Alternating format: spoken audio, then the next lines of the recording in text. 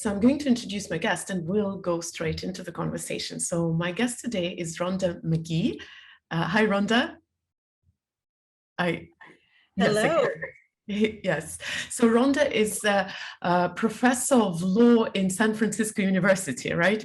And the conversation today is going to be very interesting. We're going to be talking about mindfulness, but as I understand, we want to talk about mindfulness, bringing it into mainstream, right? Into mainstream education and corporate world and wherever it's needed.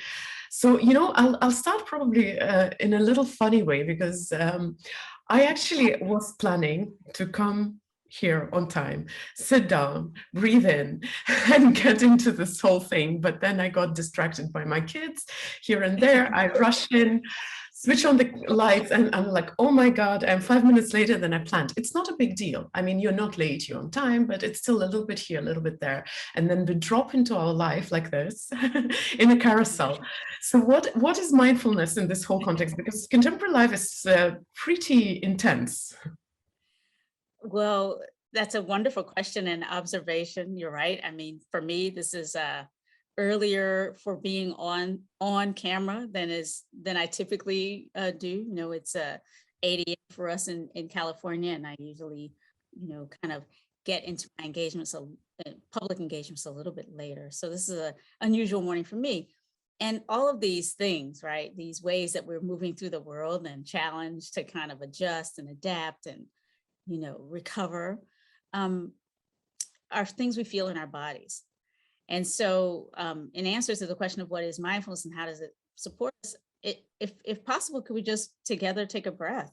Yes. And I so need it right now. It's the second half of my day. Yeah, then let's just pause together and allow for the next few moments or so us to come into this conversation first by coming back home to the body, to this moment, to the sensations of feeling connected with the earth as we sit here.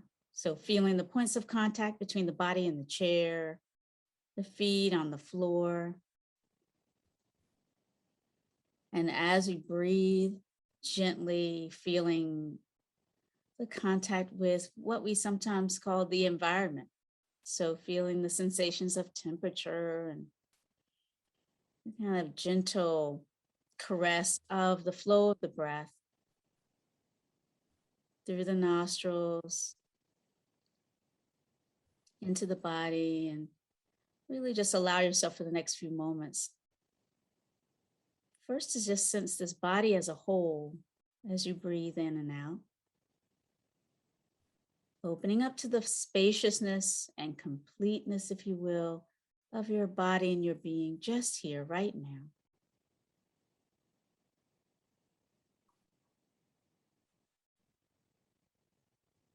Perhaps doing a gentle scan of the body from the feet up through the legs, the torso, the shoulders and arms and hands. Now back up to the shoulder region and up through the neck,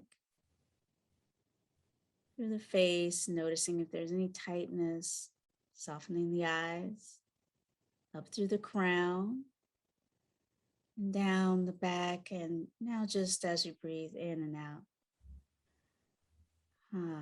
feeling again the spaciousness of the body as a whole and just the aliveness of your body as you sit here.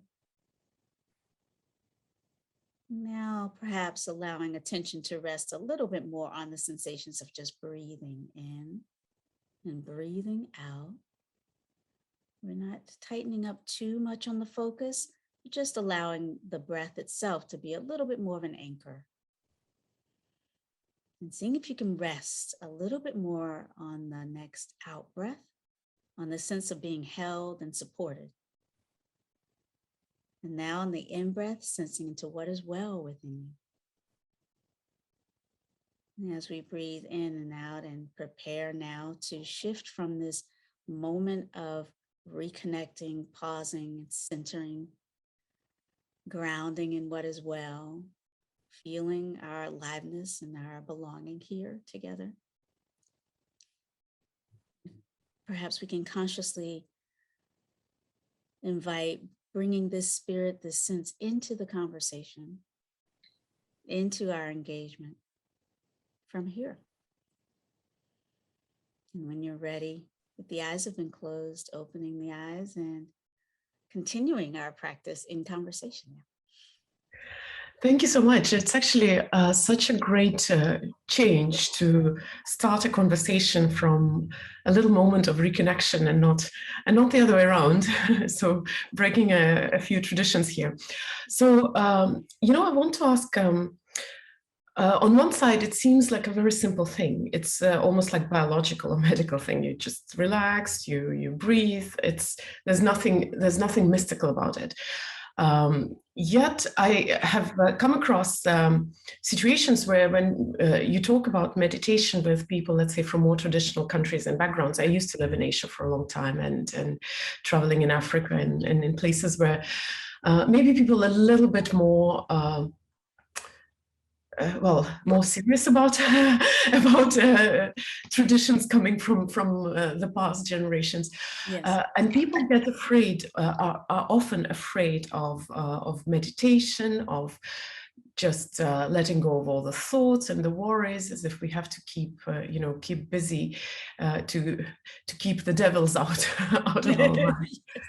So do you think that why is it, like, while it's such a simple thing, why is it that mindfulness is still not a mainstream? We kind of understand there's nothing mystical or weird about it, but still it's a little odd to start a meeting and say, hey, can we take a few breaths? And people give you like weird looks. Are we going to talk about something woo next? Since you come from law, you come from such pragmatic field. Yeah, I totally understand coming from law and coming from academia, right? Where, we have these very formidable traditions and, kind of received conventional ways of being in public and being engaged in things that are, that matter and secular, frankly. Right? Because that's, I think, a part of it too, right?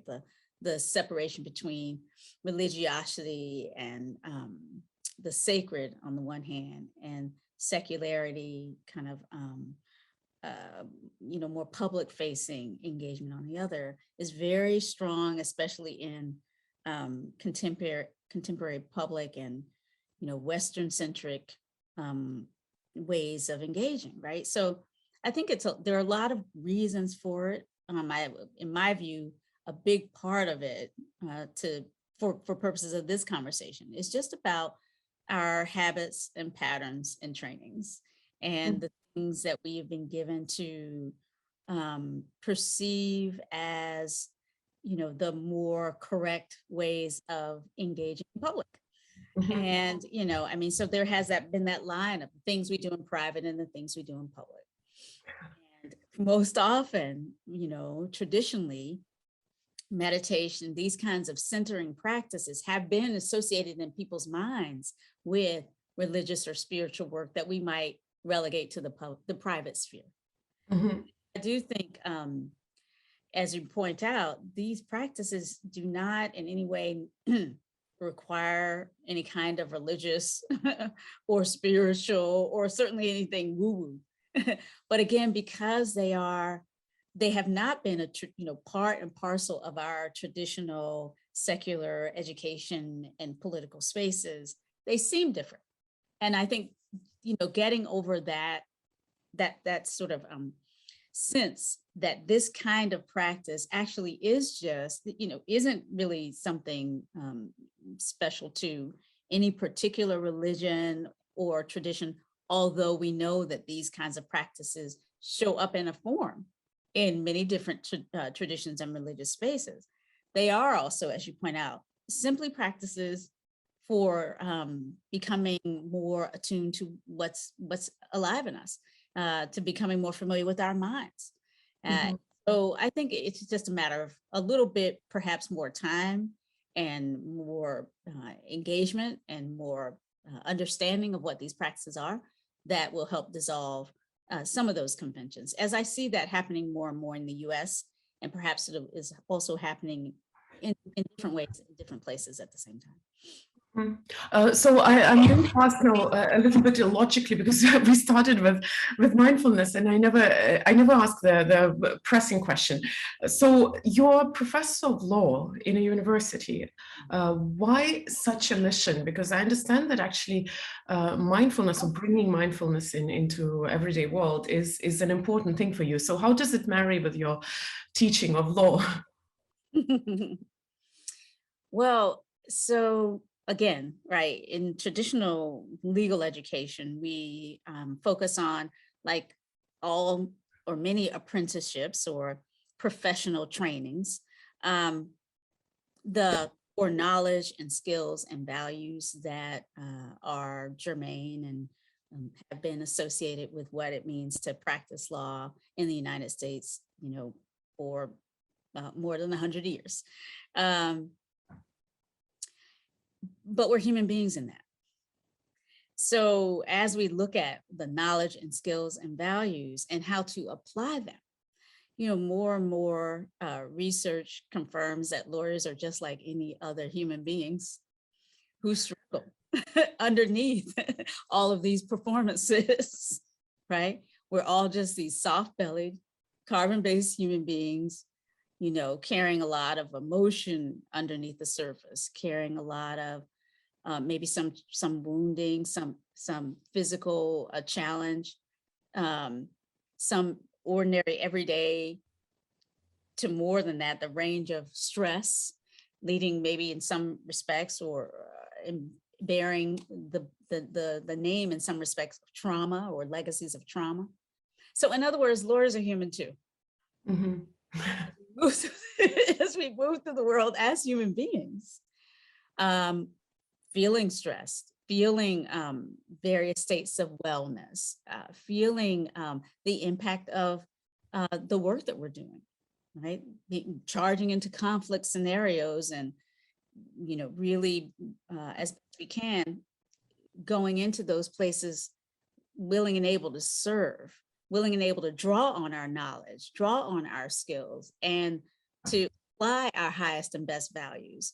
Well, I mean, this kind of work is not easy. It's definitely not easy done over time. We have all kinds of evidence of the deleterious effects of this work on lawyers, everything from high rates of depression relative to other professions, and other kinds of indications, high rates of even substance abuse. The US right now, we've had, spiking rates of even suicide amongst lawyers. So there are, that's what's happening in the profession. In legal education, we see students come into law school at a certain baseline and graduate with more anxiety, feeling less sure of themselves, actually, although they have these new skills. Inwardly, they often are feeling a little bit conflicted about their values, disconnected from a sense of their authentic selves, but very able to argue traditional things. So it really became clear to me at some point that for the kind of teaching that I wanted to do and the opportunities I wanted to take advantage of with my students, to help them really be the best version of themselves, the wisest counselors in these conflict scenarios, or leaders, as they often have opportunities not available to others to move from practicing law to leadership in some way. It just became very clear that something more might help, as it was helping me to bear up as a woman of color in this profession. I was relying on my practices, and then I'll add that I was also teaching classes dealing with race and racism in American law, and looking at our legal history, and looking at, traditional ways that we still see oppression in our society, temporary ways that we see oppression. And again, that's an extra level of challenge to talk about and to work with. And so again, as I was drawing on these practices, I became more confident that they might be of benefit to my students. And then I started to explore the possibility by talking with my leadership at my university and my colleagues, and gradually found a way to bring these practices in, research-based practices, pedagogically sound practices, professionally valuable practices to help really round out how we educate lawyers. So I have a question. We started with that, and now you're talking about that lawyers are the people who actually do need these practices because of the nature of their work, essentially. Yet it's usually when you're incredibly stressed and busy, when you don't have time for that. And people who come from very pragmatic, and I use the word pragmatic as in like logical field versus versus the other side. So people who come from these fields, be it business or I believe lawyers or something similar, we very often feel that, oh no, I don't have time for that. Like I'd better crunch this report or deal with these papers than waste time. So how do you break the cycle? How to break the cycle of when you need something and you need it specifically because you don't have time for that? Well, I think these conversations like this are an important part of that, because if we are to break cycles like this, I think bringing intentionality in, right? Like asking and inquiring as to what our intentions are and our motivations. You know, why would we want to break such a cycle? Starting from there, right? Starting from inquiring into, you know, are we committed to do it? I'm not an evangelist in the sense of feeling like absolutely everybody should be doing this because I say people should be doing this. No. Instead, I think all of us have a lot of respect for each of us and our agency, our inward power of choice and will. And it's from that place of really inviting people to reflect. If this is if there might be some way that starting a day or a meeting or pausing even for a short period of time to reconnect to the sense of the body being alive and well right now, right? Well enough for us to be doing what we're doing, but also needing often our attention. In other words, all of the research confirms that when we are moving on automatic pilot, moving at the highest level of engagement, and have these ideas that we don't have time even to breathe and calm ourselves, that kind of mentality is associated with, well, all kinds of relatively often unsustainable other ways of moving through the world, minimizing when we are feeling distress or even pain. So missing signals from the body that we might actually better attend to so that we can address sooner rather than later physical ailments that we might, for example, need to address.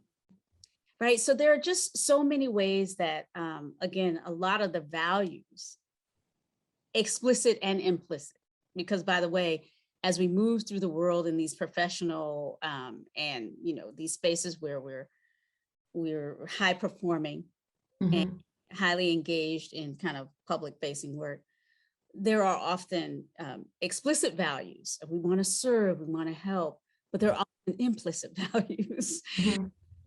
We feel our hearts are cut off from one another, and it's hard for us to feel compassion even for ourselves.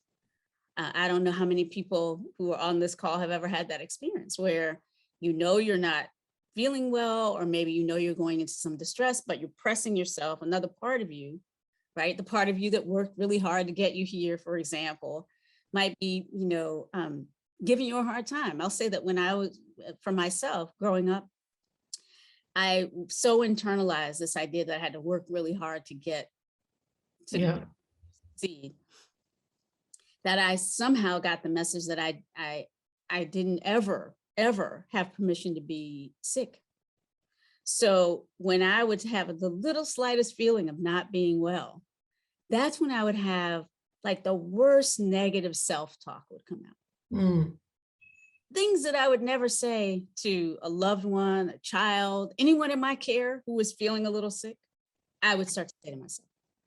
And again, some of that we might need to do, because again, there are times when we do need to sort of push. There are extraordinary times when we're trying to get through something done and we're the only one, we have to, etc.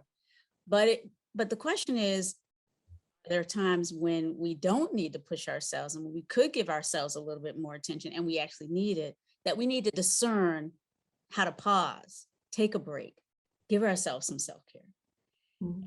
We know that each of us has different kinds of habits and patterns. I'm just sharing my own as an example. Mm-hmm. And I think what mindfulness practices can do is really help us come back home to a sense of mastery of our own attention in a distracted world, in a world where our attention is now commodified, mm-hmm. and really allowing ourselves permission and support for being our own best guide for how to navigate this world, draw on the knowledge and skills and values that we have, but really round out a sense of our values to include ourselves, to include how we engage with other people. And so, yeah, it's a question for me of like actually inquiring, is it really true that you have no time? We are always breathing, right? And it's really a question of like, yes, of course we have time. And then that's why starting with the intention, starting with the question of, is this important? How important is it to me? And if it's important, we'll make time for it.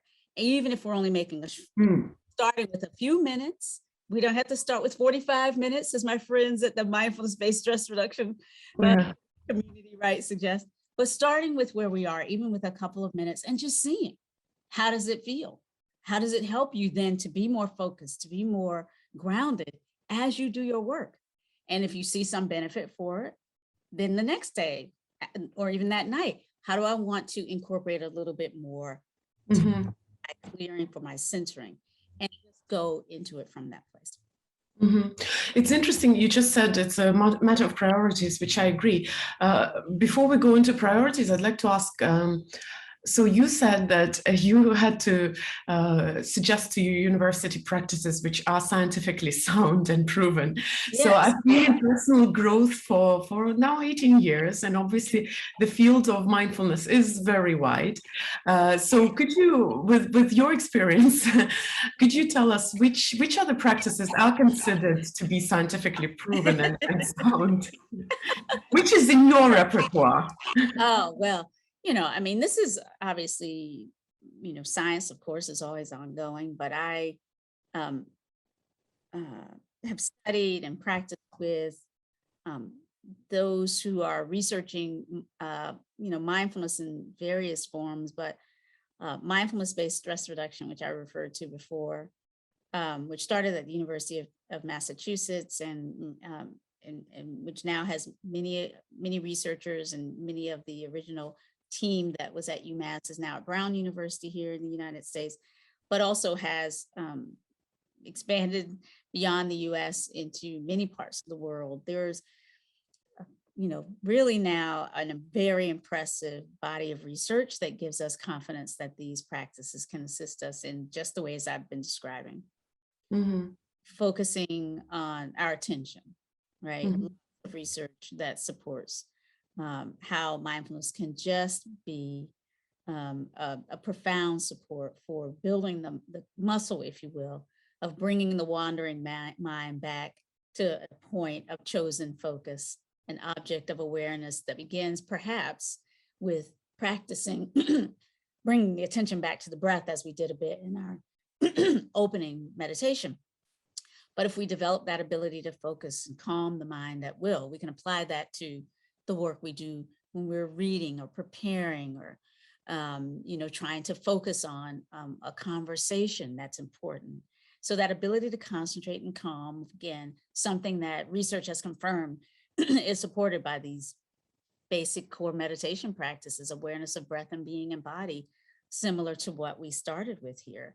And it goes beyond that. the ability to bear up well under stress.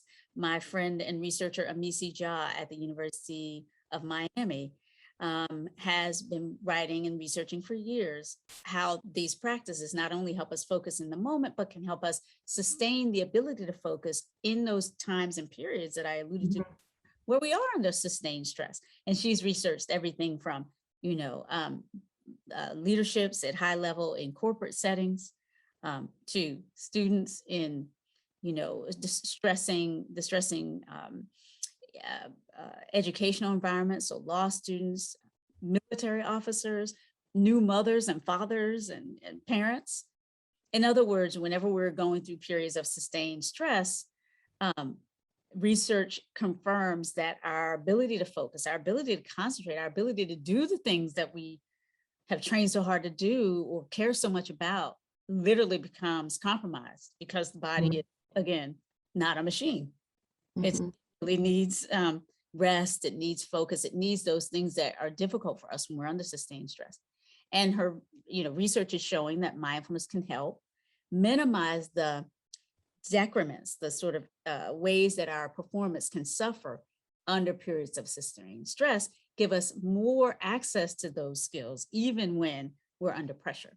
And so, again, the basic practices of sitting and bringing awareness to a chosen object, like the sensations of breathing in and out, have been shown to assist in those ways and so many others.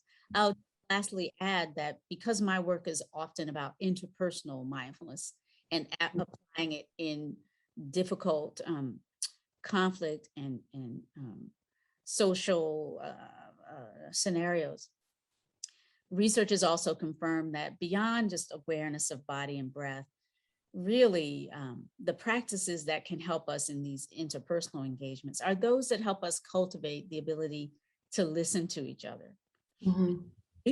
Right? That ability to calm ourselves, focus, but also invite developing more emotional intelligence. What's happening inside of me that might be getting in the way of me listening to you? Invites cultivating of empathy and compassion. Again, what's happening in terms of the way I've, organized my openness to caring about the suffering of other people that need to be seen. I might need, what do I need to see in myself about the way in which I've kind of put boundaries around who matters and who doesn't, for me to better connect with others, for me to better serve others, for me to better understand what needs to be understood to discern wise action. In other words, there are very many ways then that not just awareness of breath and body, but the practices associated with cultivating compassion and softening the hard places around the heart, right? Softening, in other words, some of the ways that we have, compartmentalized the world and compartmentalized our circles of concern, and opening up so that we can connect across lines of real and perceived difference with some empathy and with the ability to kind of notice when we made some mistake, make amends, come back and begin again.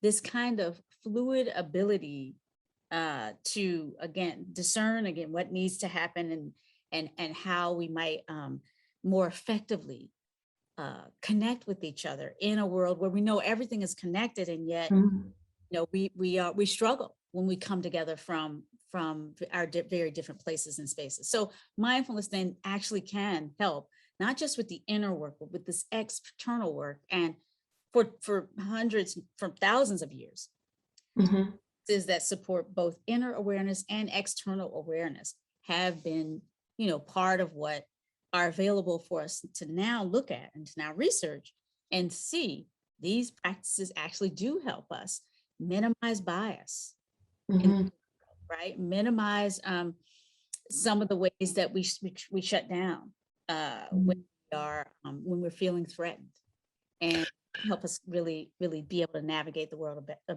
little bit better. I actually want to go deeper in that, because I'm used to, I'm used to conversation about mindfulness more as a personal practice.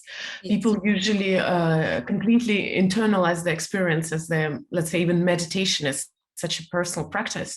So I'm very curious about hearing more about what you just said, that you are teaching mindfulness as an interpersonal practice, especially now a little bit of a context. I have had a week of a little bit of more conflicts than normal. And I realized that conflict is a very painful thing for me, not because I'm afraid of being criticized, but more because of the emotions that arise. And I feel just so uncomfortable when, when you, for example, when you have to share unpleasant news with someone, right? And I guess as a lawyer, you must be very much exposed to conflict, interpersonal conflict. So what does it mean, interpersonal mindfulness, and what kind of practices could you maybe share something with us? Yeah, well, so interpersonal mindfulness is really, again, you can see it through the simple lens of bringing the practices of awareness and compassion. And by the way, I think whenever we decide, as we discussed before, oh, I might benefit from a moment of pausing, gathering myself, recollecting myself at different points during the day. Underneath that, if we look at that motivation, there is some desire to support ourselves. There's some appreciation for the fact that we have this day, this moment, this life, and we want to make the best of it. We all know that as human beings, we live while we can and we don't live forever. And so while we can, we want to, live with some appreciation of the preciousness of this life. So those kinds of underlying motivations, I think, are grounded in really what might be considered and seen as compassion for the self. The desire to alleviate our own suffering, to support ourselves in our highest and best. So that underlying compassionate impulse, which we can see if we look clearly at how we might decide, yeah, I'm going to do some mindfulness for myself. I kind of need this. Mm-hmm. It's also a part and parcel of mindfulness in the world, mindfulness in the ways in which we interact with each other. And so as we develop that ability to see more clearly what's happening within ourselves, very naturally then, if we are, we can notice what's happening in the engagements we have with other people. We can notice, for example, when our colleague, a person, for example, that we know we want to talk to about something important and we've been planning all day, we're going to talk to them down, and we can notice if they seem to be a little bit out of sorts or distracted or already somewhat overwhelmed. And we might decide, rather than launch right into what we've been planning to say for an hour or more, we might check in with that other human being on the other side of this conversation. We might pause and redirect at least long enough to make it more effective, the communication that we otherwise always also want to infuse. In other words, mindfulness is not about, kind of dropping our plans and completely accommodating someone else. It is about accepting for the moment is here to be seen, and what really might need attending to make what else we want to do more effective. So it is the case that mindfulness in the interpersonal realm is, in one way, simply about taking the practices that we are cultivating, where we are in our own inner mindfulness, if you will, deepening our ability to pay attention, right? With as little judgment as possible, as you know, right? With mindfulness, we're trying to cultivate the ability to, again, just notice what is here to be seen, thoughts, emotions, and sensations, and inquire into where they're coming from and become more emotionally intelligent ourselves and more able to choose how to respond rather than react. As we develop those abilities within ourselves, we can certainly develop a way of applying them with others. So noticing, again, the emotional landscape of another person, noticing when we are distracted in our listening. I'm Mhm. doing air quotes because I have folks in law who've said to me things like, I am so exhausted and tired by the appearance of listening. You know, we're many times we're like, nodding along, but really got one eye over here on this device, or Yeah.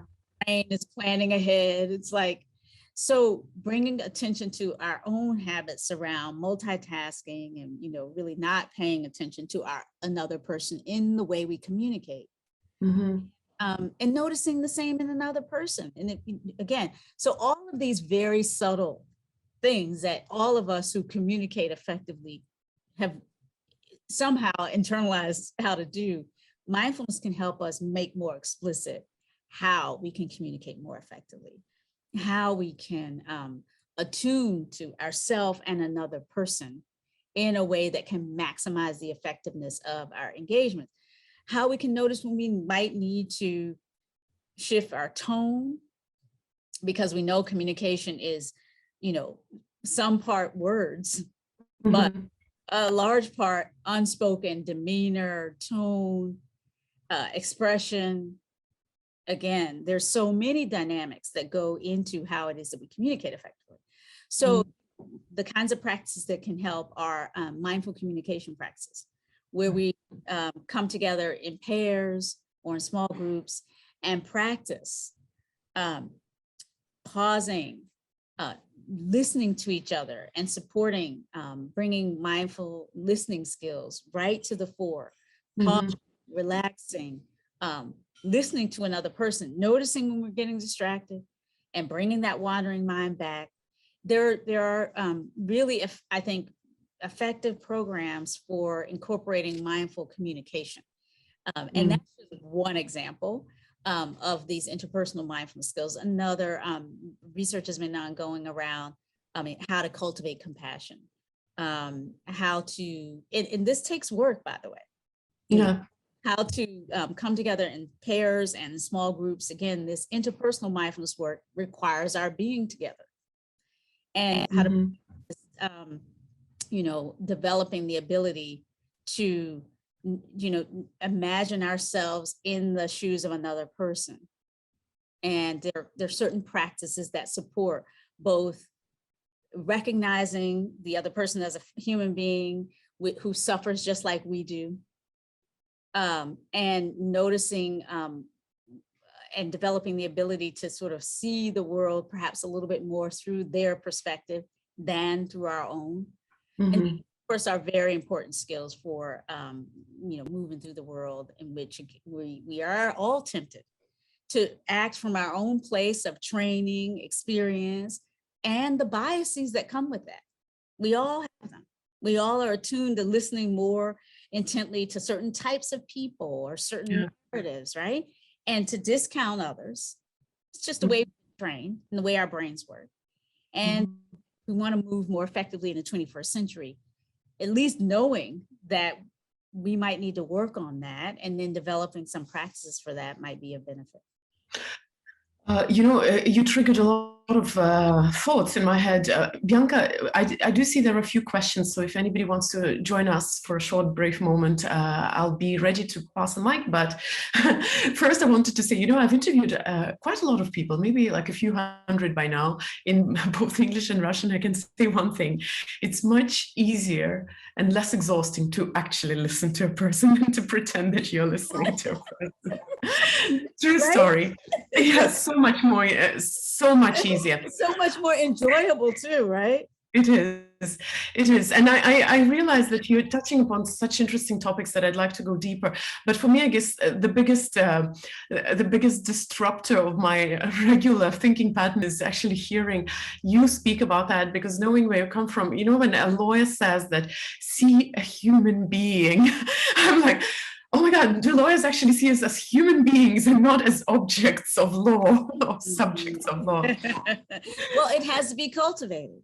Yes. Was one of the things that I, was able to see could get lost in traditional ways of teaching and practicing law. And then in communicating with my colleagues and my students, I saw that they were seeing that too. They were focusing so much on the arguments, on the issues, on thinking like a lawyer, on demonstrating what we know, that it could get in the way of recognizing the humanity of that person. And that's painful to realize, and it's certainly painful to see it impacting your effectiveness as it can. So yeah, rehumanizing law actually is one of the ways that we've been talking about the importance of bringing the human back in, bringing that interpersonal skill development into how we train lawyers, so that all of these aspects of what we knew and what we knew about being human before coming into law are part and parcel of what continue to reinforce when we go out into the world. So yeah, that's been a way that folks in my profession have been, legal educators have been in the United States really trying to shift some of the had been traditionally training lawyers to bring more of this interpersonal, the interpersonal dynamics back in. It's definitely, it's another like humanizing law and other non-human areas would be a very interesting conversation. But I do notice we have Berta here, and I'm going to pass my virtual microphone to you, Berta, so you can unmute yourself and ask your question. Here's the mic to you. Hello, thank you very much. Hi, Berta. Hello, hi. I come from a background of the emotional education, basically at university, from the School of Life. I've taken many workshops, and they have the professional workshop. They can really work. And some of the things that you're saying, I think are, I have learned them there. But my main question is, I'm not convinced about mindfulness. I'm not sure why. You see, situation of being in the present, and they emphasize so much in the present. And it's true, many times we're working towards the future and we're not thinking of the present. It makes sense, but now you started with this, meditation. And then I was thinking, in your mind, what's the difference between, is there meditation for mindfulness? And then how you differentiate it with reflection? As a lawyer, I need to reflect a lot. You see, I am not a lawyer, but I'm thinking that the lawyer has to solve my problems, and regarding that situation that the student in law has a little iPad, those can be solved by just with the rule of the university, of the school, but the time to do mindfulness and trying to make them realize he has to listen to it, it just doesn't convince me. I'm sorry, but it doesn't make it, I'm sorry. So the main question is basically differentiate mindfulness meditation with reflection. In Spanish, we have another word, they differentiate that reflection and go inside of you. There is another word that is very, I cannot find the meaning. Are you thinking of contemplation? Yeah, no, it's okay. Reflection and mindfulness meditation. Oh, yeah. Well, I mean, these are, first of all, we sometimes we can kind of get tripped up with our concepts. And we're using the same words, but they mean so many different things to us from different places, right? But I would say, one of the skills that educators know to be very important to deep learning is the skill of metacognition, right? That ability to look at how we know and what we know. And there can be ways that metacognition really is part and parcel of what might be called reflection, right? Just pausing and looking at what it is that we are, consciously seeking to see and to bring forward. Mindfulness is a broader practice than reflection. Mindfulness has, as a part of it, what might be considered reflection, okay? The ability to sort of look again and carefully explore aspects of reality. Again, I mentioned the knowledge, skills, and values that lawyers rely on, right? Sometimes we have to stop and really just remember, right? What law, what policy, what issues, what rules, right? Those are, core ways of deploying our skills. Mindfulness is broader than that because it is a holistic, whole body practice for noticing the inner dimension that is interacting with the deployment of our cognitive skills, right? So it's much more complicated than I can fully describe here.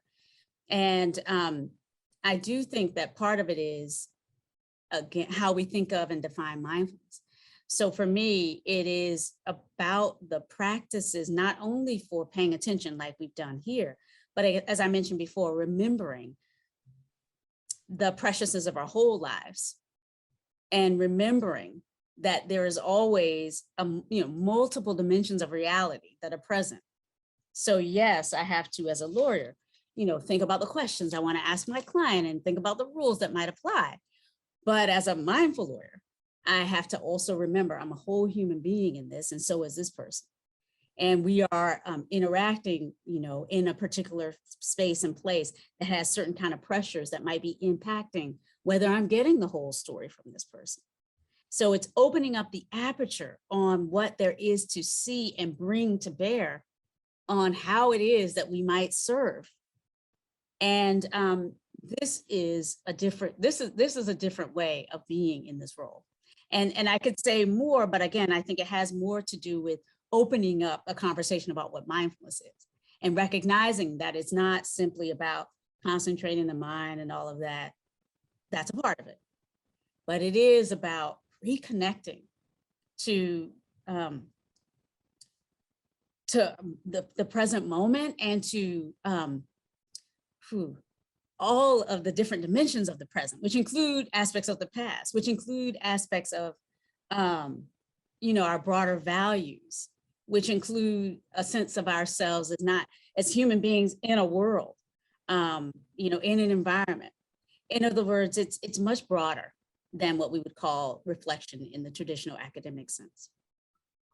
Okay, the word that I was thinking is more or less, the difference between reflection and the other word is a way to, it's not exactly the same, but it's similar. Recapacitate is like you're going to solve a problem of your client, and then you're going to have to, know the law very well to know how you can defend his case, and so I can see whether it's reflection or mindfulness, just find ways how can this person see the client and his skills and be a better lawyer. Well, and human being. In other words, so there are cognitive skills to law, but there are also emotional and social. Yeah. And to bring all of those things together is not easy. And mindfulness, in the way that I'm describing it and the way I practice it, can assist us in that reintegration of the whole human being in the process of serving. I can see that in the sense of we tend to be robotized.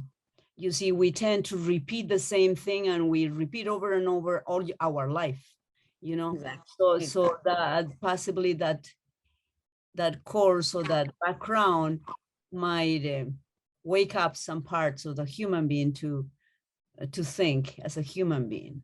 Exactly. Thank you, Berta. I actually have to be, and sorry for the pun, I have to be mindful of the time. Didn't mean it in that cheesy way. But Berta, thanks a lot for joining us and for challenging our conversation. I think it's amazing. And, I'm really enjoying the conversation with an academic person about mindfulness, because I think we in the personal growth industry, we slightly lack this more grounded approach to practices that we enjoy so much. So thank you so much for that. We only have a few minutes left, and I'm going to be... Sorry? I see this question in the chat that I can just briefly respond. Yes. Where it says there seems to be a struggle between being able to cope in a toxic environment versus having the discernment to leave. I see this often. Yeah.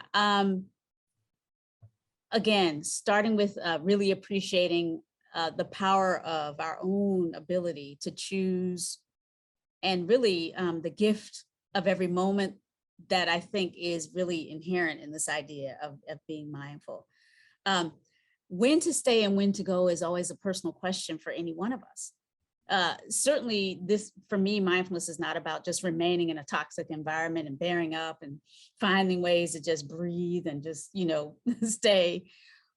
Though that may be what we do for some time. Yeah. At the end of the day, we must choose how to live. And if it becomes clear to us that what we need to do is to choose to move, then we choose to move. But if it's really about, oh, I need to kind of figure out how to work with this, then we figure out how to work with it. No one right way. I thank you for this answer, because I think it's so interesting how we always hope to get an answer from outside, but actually the answers are usually, both answers very often, if you're on a crossroad, both ways might be correct, and it's up to you to decide.